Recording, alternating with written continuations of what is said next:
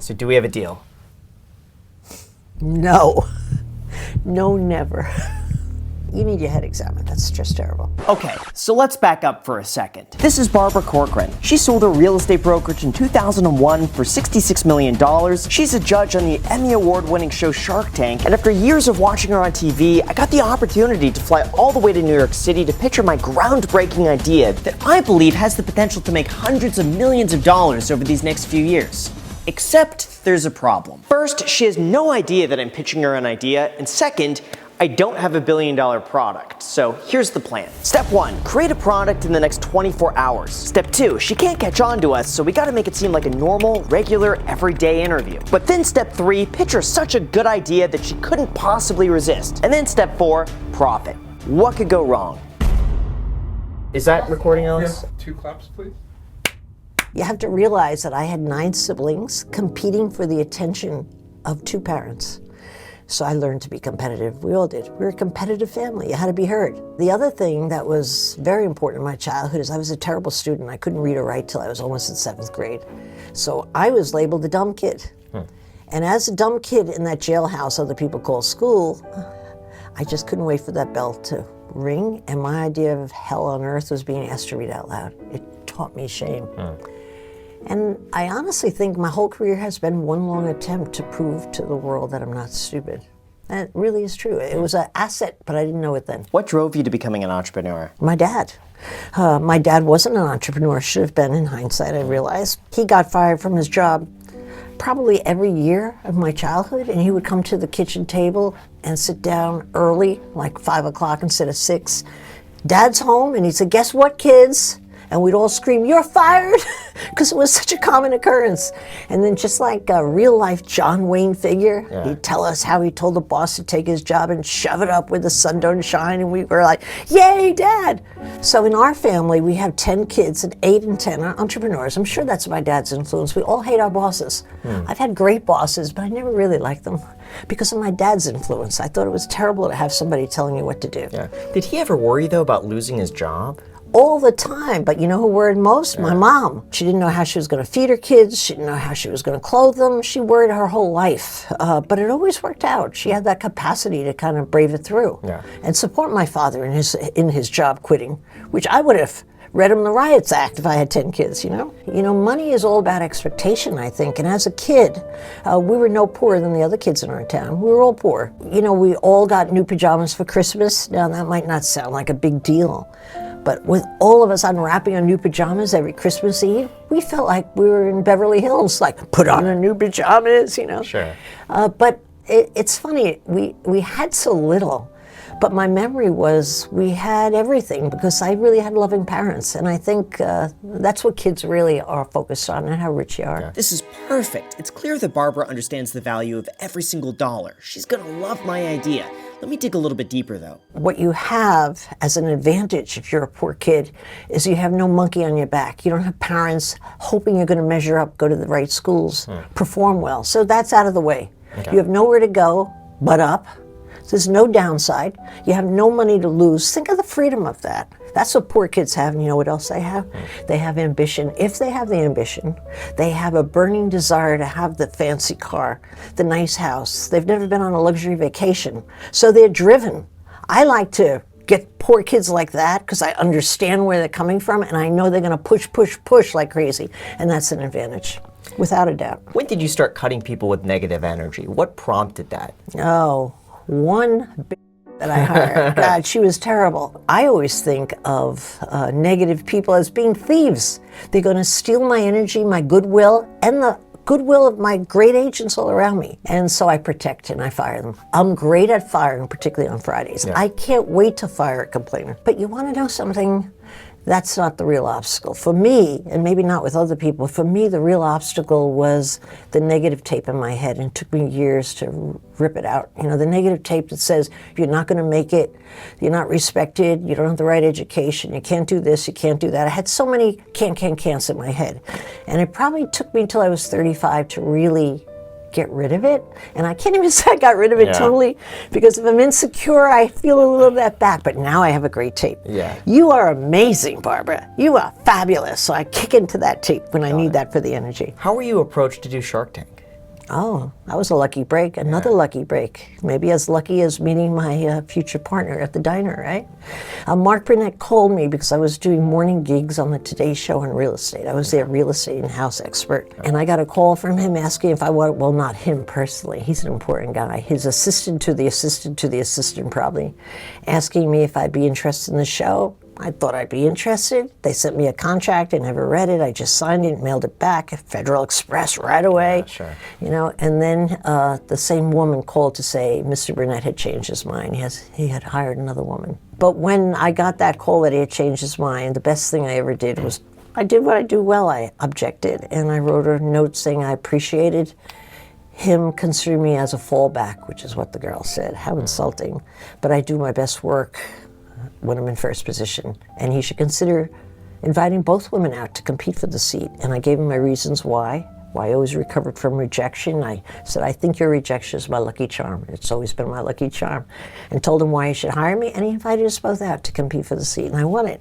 Thank God I spoke up. I think it's time we test the waters a little bit. I'll ask her this question, and maybe it'll help me with my pitch. Have you ever met an entrepreneur or see maybe a personality type and you could just tell this isn't for you, you shouldn't be an entrepreneur? All the time. That entrepreneur or couple or group of people walks on the set, I look at them, and already I know if I'm out. And it's interesting, why am I out? It's just an intuitive reaction to the individual. I either look at them and say I don't trust them. I look at them and say they're not going to have the confidence to overcome obstacles because they can't hold eye contact when they're on set. Right from the get-go, they're looking here, they're scared. What red flags do you notice in entrepreneurs? Same red flags I'm always looking for. You know, when somebody's on Shark Tank night, the world opens up to them. They become a mini celebrity overnight. Their orders come in. Even if the business is never going to do well, it does well at first because of Shark Tank night. They sell oodles of their product. Don't pay attention to anything till about 3-4 months later when I get the call. The call is, oh my God, my patent didn't come through. Oh my God, my product is at fault. Or oh my God, my product never came in. Or things are wrong. And here's the difference. A bad entrepreneur, would-be entrepreneur, blames it on somebody else. That's all I'm listening for. The minute they start playing victim, like, oh, he promised me, versus saying it's my business, I'll take the hit, let me tell you what I'm going to do about it. I would say that 4 out of 5 people in month 3 or 4, I hear that pity party. And I don't spend any more time with them. I'm never going to get my money back out. Because people who spend time feeling sorry for themselves versus just reacting, getting it back up and doing it, never make it. That's the way I really see Shark Tank. I sit there choosing people. I don't really give a damn what the business is. If it makes common sense, and you know, if it doesn't make common sense, and I have a good entrepreneur, they'll change it. Yeah. You know, we'll change it together, so it always works out. Excellent. That means my billion-dollar idea doesn't even have to be that good. I'm gonna be rich. How is your business currently broken down? My major business is real estate investment. Okay, I love real estate. I know it well, and you can make a lot of money in real estate. My major income is from remortgaging my properties. I take a ton of cash out. Every 2 or 3 years, I can put a different mortgage on that. Right. Boom, and take that cash out tax-free, and it's legal. Yeah. So that I consider my main stream of income. Then my hits on Shark Tank pay well when they hit and cost a lot of money when they don't. Yeah. But in the end, I make good money, not like I would in real estate over the long term. Yeah. And then what's my revenue? I'm a working girl. Yeah. I mean, I give speeches, I do endorsements, I do whatever you do to make money on your brand. Yeah. And that's what I do. That's the third source of income. How else do you invest your money? Do you do anything outside of real estate? Not a thing. It's always said that it's bad to have all your eggs in one basket. But this is a basket I know, and I've always done well with it. So I just don't like to leave my knitting into something else. Yeah. It's better. What would you say your worst investment has been? I don't even think I have an answer, but what's coming to mind, my worst mistake I made in investment, which was I cowered it out when I was 29, buying my first studio in Greenwich Village. I just didn't have the courage. I was afraid. Yeah. And I backed out of the deal, and that was the worst mistake I ever made. The best investment I ever made was 4 years later when I caught up with the market and bought a studio. The same studio I could have bought half price, only, well, close to half price 4 years earlier. I got 4 years later. That's how long it took me to catch up to the real estate market here.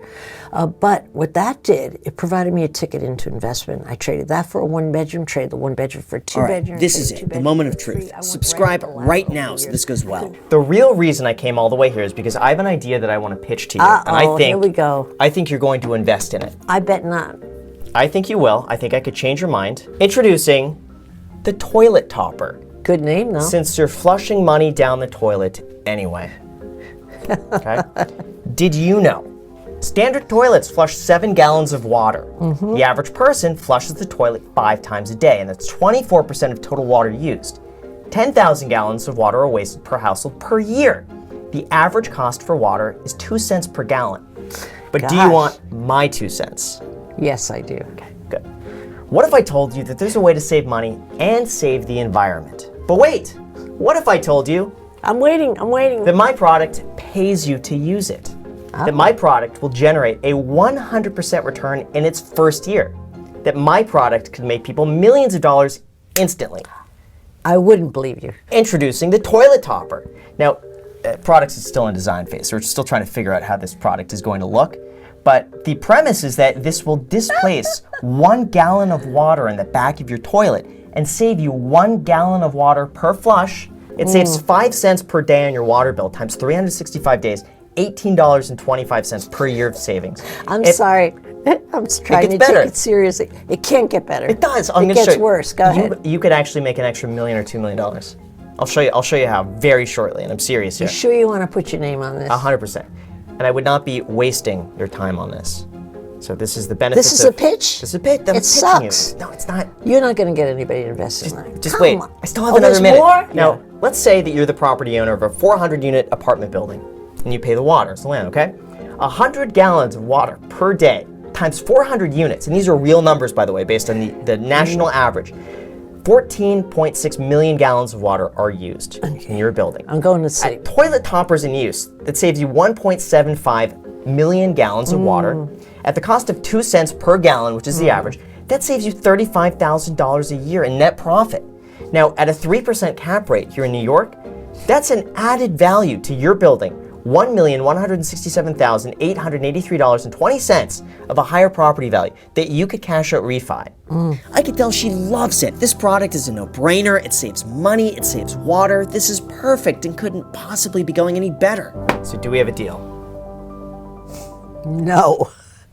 No, never. This is just terrible, and you know that. This has got to be a joke. You need your head examined. That's just terrible. Get your this guy a toilet. drink. He needs to be drinking early in the day. Okay, so that might not have gone as planned, but we still have 4 sharks left. So make sure to subscribe and see how my next pitch goes, because maybe, just maybe, I'll get my $69,420 investment.